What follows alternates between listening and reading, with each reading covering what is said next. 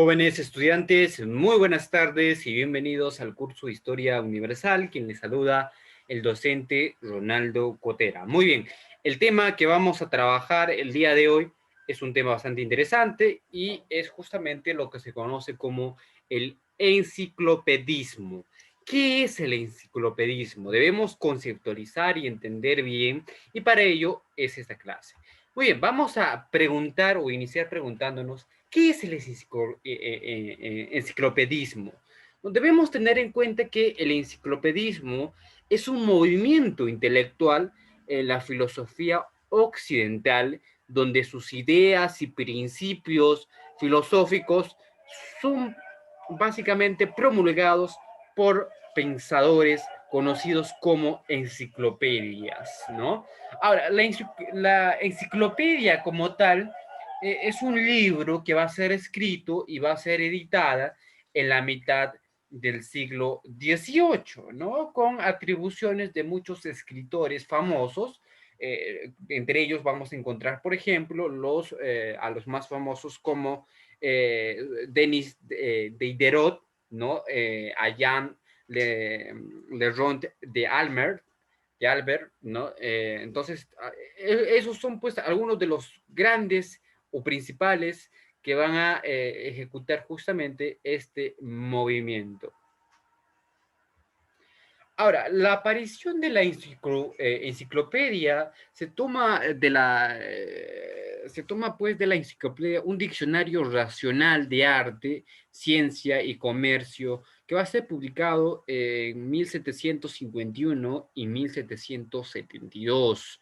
Este libro va a incluir básicamente 17 volúmenes y posteriormente se han agregado 11 páginas, ¿no? A su vez, entre 1776 y 1780 se agregaron 7 suplementos adicionales que estaban divididos en 4 textos, un tablero y 2 índices. En general, la enciclopedia contiene alrededor de 28 volúmenes, al menos en las primeras etapas de producción.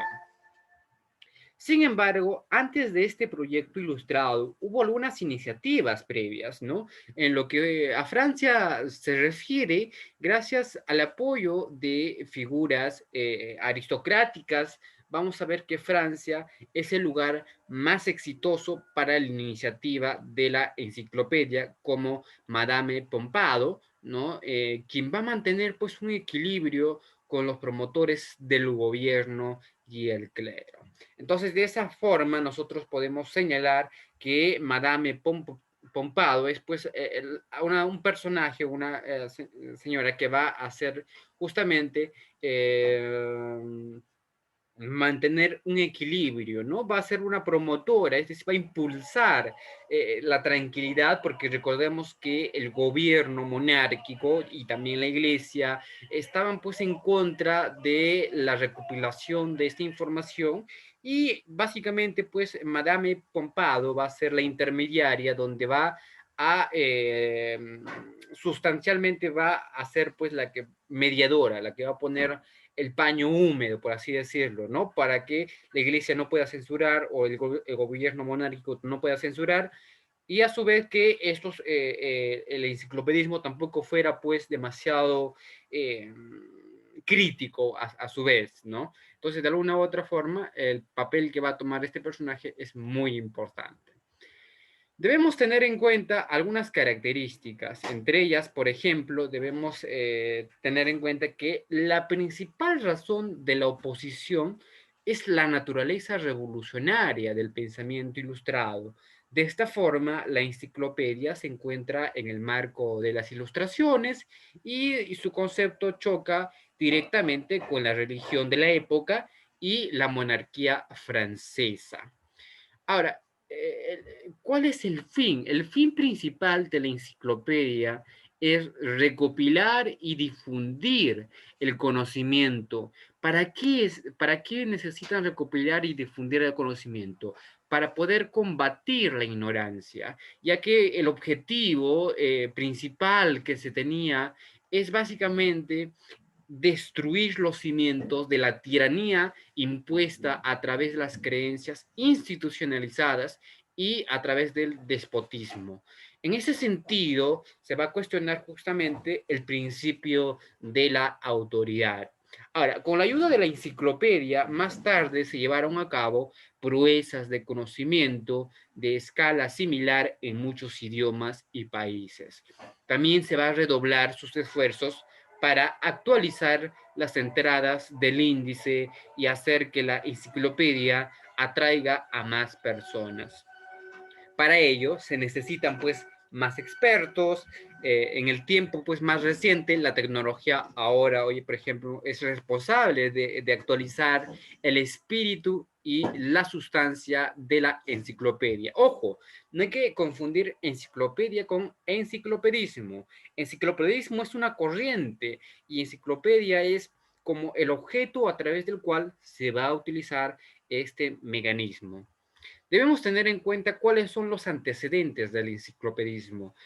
Para ello es importante que la primera enciclopedia no era francesa, ni tampoco surgió en el siglo XVIII, pero sus orígenes se remontan a Plinio el Viejo en la antigua Roma y a su historia natural.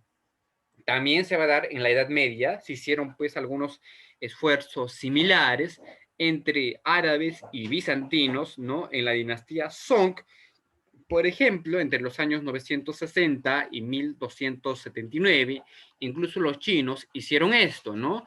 Ahora, en Europa, por ejemplo, que estaba influenciada por el movimiento del Renacimiento y el pensamiento clásico, se van a ir publicando una serie de enciclopedias entre los siglos XV y siglos XVI y siglos XVII.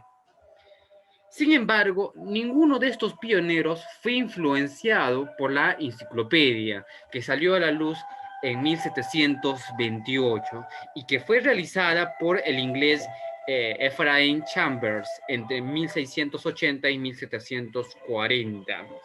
Agregar además a esto que así la primera pues enciclopedia moderna estaba pues en el idioma anglosajón y se va a ir publicando en otros idiomas hasta que los franceses consideraron traducir ese idioma, ¿no? Es decir, traducir del anglosajón al idioma francés.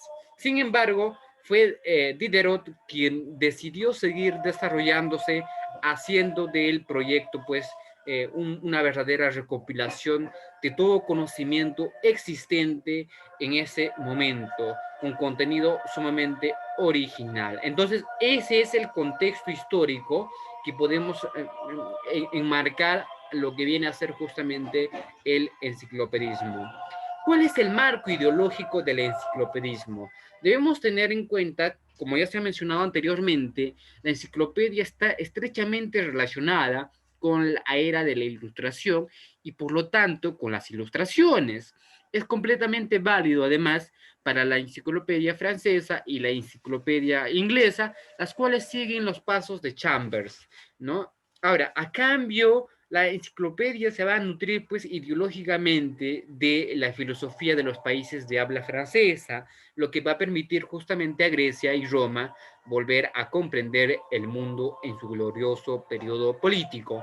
La teoría de la enciclopedia se destaca básicamente por insistir en una doctrina ideológica básica, ¿no? Al cual se le va a denominar el secularismo. En este sentido, el conocimiento debe ser completamente independiente de la investigación académica que va a prevalecer justamente en el pasado, ¿no? Por lo que el contenido de la enciclopedia no se debe diseñar en base a doctrinas religiosas específicas, sino a un conocimiento general que se vaya adhiriendo a hechos confirmados por observaciones. Por tanto, se puede decir que el enciclopedismo es un movimiento epistemológico y filosófico, más no un movimiento teológico, ¿no? Entonces hay que comprender justamente qué es el enciclopedismo. Ahora, cuando la razón básicamente hace referencia a esto, ¿no? Cuando la razón triunfa sobre las creencias, los hechos son más importantes que las creencias personales o las confesiones religiosas, porque las creencias personales o las confesiones religiosas, dice la enciclopedia, que son bastante subjetivas e imponentes y básicamente suelen ser implementadas por departamentos poderosos que no siempre saben lo que están haciendo, ¿no? Entonces, de alguna u otra forma, el marco ideológico es justamente la razón por encima de alguna superstición, por así decirlo, o alguna creencia religiosa de cualquier otra índole que no sea un hecho pues corroborado y confirmado. Pero, ¿cuáles son los objetivos del enciclopedismo? Debemos tener en cuenta que de esta forma sistemática y ordenada, todo el conocimiento pues es posible, conocido hasta el momento, que se haya recopilado en diferentes ramas del conocimiento. El segundo objetivo básicamente es difundir el conocimiento a las masas para que puedan hacer el mismo trabajo con las generaciones futuras y que las generaciones futuras porque no hay conocimiento inútil, ¿no? Entonces, esa es la reflexión que hacen los enciclopedistas a raíz pues, de su estudio. Un tercer objetivo es básicamente educar a la población para que adquiera las virtudes cívicas de la felicidad y descarte su ignorancia, barbarie y sumisión, ¿no? Entonces es importante para el enciclopedismo educar a la población.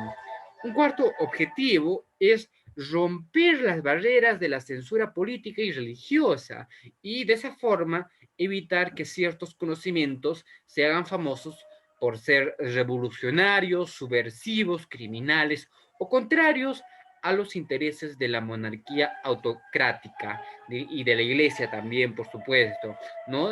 Otro objetivo del enciclopedismo es promocionar el trabajo y las ideas de autores que suelen estar sujetos a censura y persecución. Entonces, ahí podemos resumir de alguna u otra forma, ¿no? ¿Cuáles son pues estos 5 objetivos principales y fundamentales que la corriente del enciclopedismo va a traer consigo?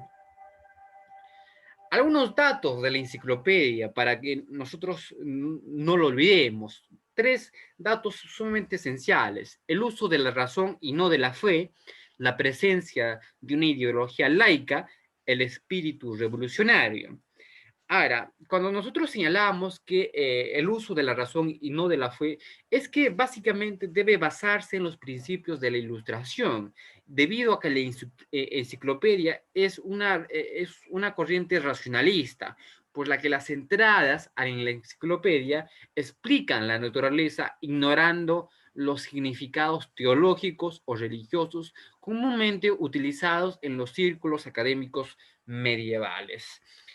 Cuando se menciona, por ejemplo, la presencia de una ideología laica, se habla justamente del secularismo y sobre todo del racionalismo que van acompañados de la mano, lo que va a significar justamente que el enciclopedismo no se dedica a la escritura en prosa religiosa, sino que se va a ir convirtiendo en una fuente de conocimiento escrito por filósofos y científicos más que por el clero. Por tanto, este conocimiento no está regulado ni inamovible como la Biblia, al contrario, ¿no?